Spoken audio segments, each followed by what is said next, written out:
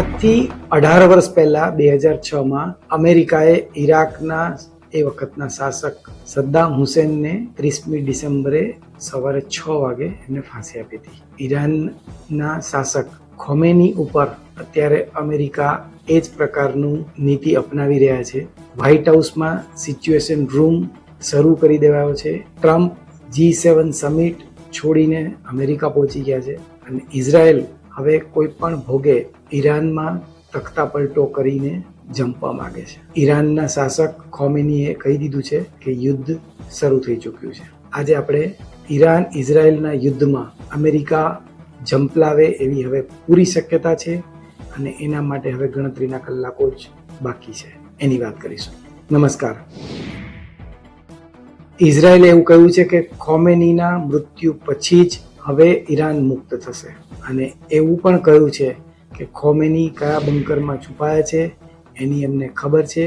અમેરિકાનું કહેવું છે કે ઈરાન ન્યુક્લિયર અને પરમાણુ મામલે સરેન્ડર કરી દે નહીં તો જોયા જેવી થશે. ઈરાને એવું કહ્યું છે કે જો અમેરિકા ઝંપલાવશે તો નુકસાન બહુ વ્યાપક હશે અને ઇઝરાયલને તો અમે છોડવાના જ નથી.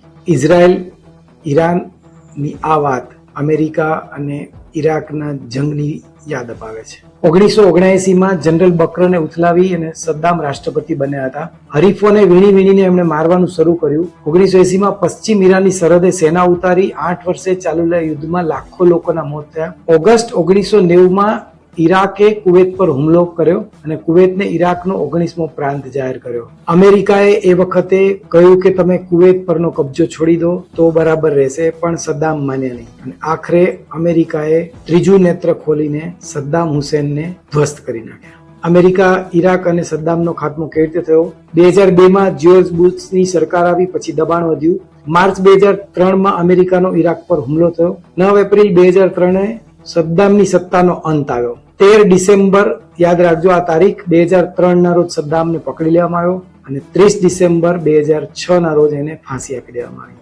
જો ખોમેની સરેન્ડર નહીં કરે તો ઈરાકના સદ્દામ હુસેન જેવા જ હાલ કરીશું એવી ગંભીર ચેતવણી પણ એમણે ઉચ્ચારી છે. ટ્રમ્પે 3 પોસ્ટ કરી છે. અમે ક્યારેય ઈરાનને ન્યુક્લિયર બોમ્બ નહીં બનાવવા દઈએ. આખો વિડિયો જોવા માટે ડાઉનલોડ કરો દિવ્ય ભાસ્કર એપ.